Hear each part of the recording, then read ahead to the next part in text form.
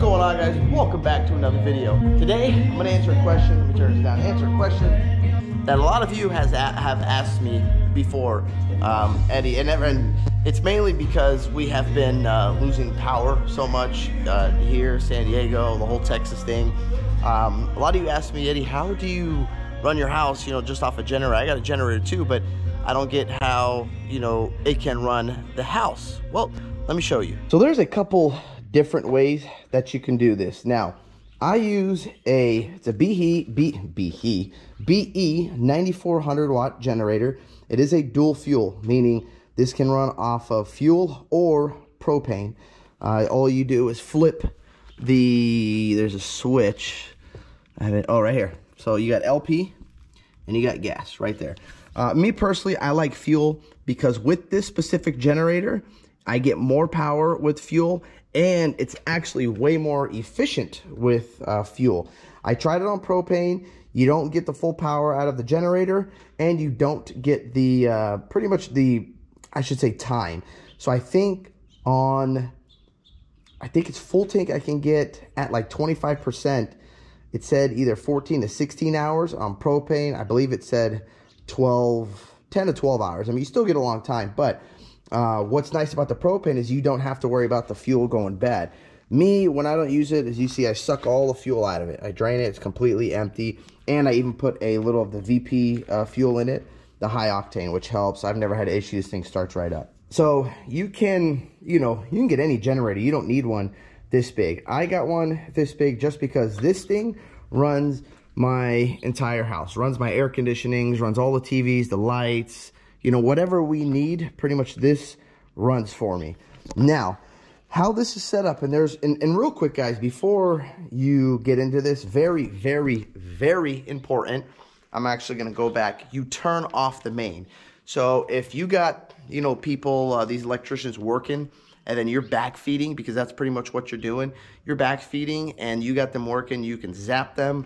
You can cause major injuries, death. It's not going to be good. So we're going to go back to the panel real quick, and I'm going to show you a very, very important step that you have to do. So I have little notes here that I make just so I can remember. But the main thing to remember is when you do lose power and you want to run off a generator, turn off this big main breaker right here. You see that? Because if you don't, you're backfeeding, and when they kick that power back on, you can really zap them and hurt whoever's working on there. So huge thing, make sure, boom, turn that off, kill it. The rest of these can stay on. Obviously, they're gonna stay on because you're backfeeding, so you're gonna be powering everything here. Very, very important, guys. Put yourself a little sticky note or something to turn off the main on your panel. Okay, so now back to here. So you guys do not have to, another thing, it's a little dangerous when doing this, guys. So remember, this is a male end. This is also a male end. So when, this thing is live, so you got to be careful. You can zap yourself. So what I do, my step is I plug, obviously this stays plugged in. I plug this in. I start the generator, let it warm up. Then I flip the breaker to turn it on. I highly suggest you guys not to turn it on, have the breaker on, and then plug it in. It will zap you, and it will hurt. Trust me. So, just take my word for it. So, what I'm doing is I have a 50 amp, because that's pretty much plenty for me. Runs my whole house. You guys can do bigger generators, bigger, plugs. You can go direct. There's tons of ways to do it. My way is, so I have this plug right here. This is a 50 amp plug that I put in here. And pretty much, pretty much what this is a female 50 amp plug. Now, you guys can do 50, you can do 30, you can do whatever you want. We just ran this, number one, out here for the trailer. If I got to, do anything, I got a 50 amp plug out here, but mainly to backfeed. So when this gets plugged into here, kick everything on. What you're doing now is you're backfeeding the house, which means you're sending the power, it's going, because if that 50 amp in the breaker is off, it will not work. So you guys don't have to put a 50 amp. I just put a 50 amp, well, because, the more power, the more stuff you can run in the house. Lights, all that stuff, 9400 For lights, it's plenty. I mean, lights really don't take up that much. If you're wondering what this is, all this is just a surge protector right here. I mean, it's the brand is Watchdog, and I just have this mainly, you know, to obviously surge protect it, and in case the generator, because the worst thing you can do, guys, if these generators run out of fuel and they start sputtering, you can really cause some damage. So you don't want to do that. So make sure your generator is full. Put a surge protector on here. Why I like this Watchdog is because there's an app, and you can actually monitor on the phone if you're using way too much power, or if you're about to blow, you know, the breaker on the generator. You can tell, uh-oh, I'm using, you know, 9,200 watts. Let's turn something off, you know? So it's nice because you can monitor what you're doing. And because this generator is so damn loud, so this is not an inverter generator. This is just a generator. So it's loud, it's obnoxious, you know, you can hear it, but it puts out good power. And that's why I put the 50 amp here. And what's nice is, well, when it's on, you don't really hear it in the house, and my bedroom's all the way on the other side. So that's what's awesome. And yes, this thing will last me. So before I go to bed, I will fill it up. This thing will last me, you know, all night. And when I come out, it will still have a half a tank in this thing. So for fuel efficiency, this generator does awesome. But if you want something quiet, you know, if you're in like a neighborhood, you got tons of neighbors around you, you don't want to, you know, piss anybody off, you can get like my Westinghouse, my 4500, and hook it to a 30 amp. Obviously, you're going to be, you know, minimal on what you can run. But for me, I just wanted the wife, the kids to feel comfortable. So that's why I just want to go as big as I can go. So they don't have to worry about TVs, lights. They can, you know, pretty much live in the house like if we have power. That's why I went that route.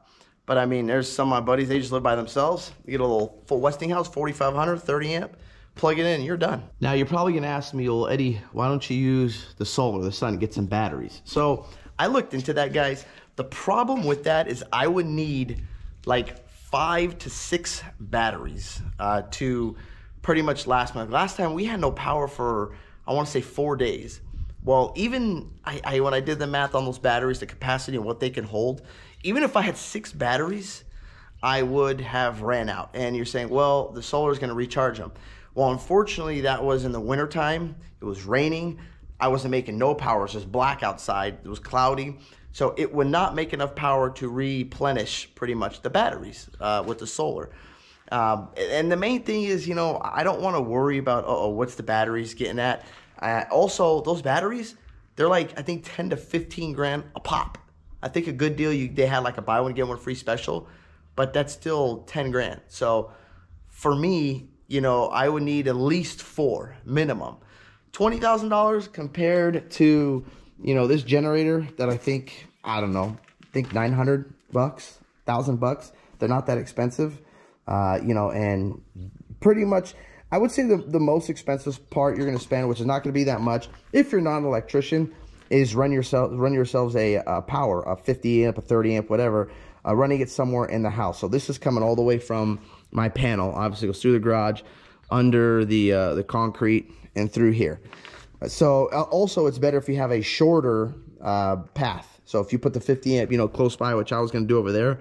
But because I'm in my garage most of the time and I don't want to hear this thing, and the guy said, dude, you'll be fine. You're not going that long. We ran extremely thick wire. You'll be okay. And I got to admit, he was right. It was good.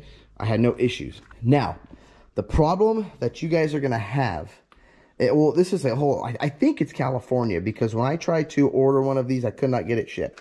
So because you need a mail to mail, I found one on Amazon. They would not ship it to California. So what I did, actually, I will go, and your electrician can make you one. That's what I do. I just made it. I'll show you how I did it. We'll head in the garage and I'll show you what we did there. So this is how I had to do it. Is you can buy this cord off Amazon and they will sell it to you like this, with pretty much the wires out of it, not with a connector. So what you do is you buy this and then you buy this connector right here. The 50 amp connector. The same goes, you know, for this one, just a 50 amp connector, and then you wire it. Very, very easy, guys. I mean, you do not have to be an electrician to do this. You can pull up, you know, which colors go where. It's a very, very simple job. Close it up, put it back, you know, and that's it. You got your 50 amp Or, you know, like I said, you can do the same thing with a 30 amp. I believe my 30 amp is over here, and I just have them for spare, see? So same thing, here's a 30 amp, but the end of it, where is it? Well, the end of it is pretty much stripped the same way as the 50 amp. So you will have to wire it. And the 30 amp is only 3 wires, not 4. So you're not gonna have to, I thought I had one here, 30 amp plug to show you guys. Oh, I do, here you go, right here, see? So this is a 30 amp, take it apart, pull those screws off, take it apart, put it together, you're done, problem solved. So that's pretty much it, guys. It's not really rocket science. It doesn't take a genius to figure it out. You know, I would say if you're not an electrician, get an electrician, have them just run you a plug. That's about it. They go from your breaker and, you know, come down and put you a nice little plug socket right there. Just, again, guys, be very, very, very careful, because like I said, if you do not turn off that main and you backfeed, you will hurt somebody. So be careful also plugging it in, and put yourself a sticky note, turn it off. Do not forget, it's extremely, extremely important for the guy that is working, the lineman that's working, you know, on the brain fart here, on the lines to try to get you, you know, back power. So be very careful with that, guys. But that's all I got for you guys. If you guys have any questions and need help, I mean, I don't know if I can really help you. I showed you everything, but you can DM me on my Instagram at Eddie's Life, or for any other questions, and I'll get back to you guys as soon and as fast as I can. But that's all I got for you guys today. Thank you guys for watching this video. If you guys like this video, don't forget to hit that thumbs up button, don't forget to click subscribe. Peace. Yeah.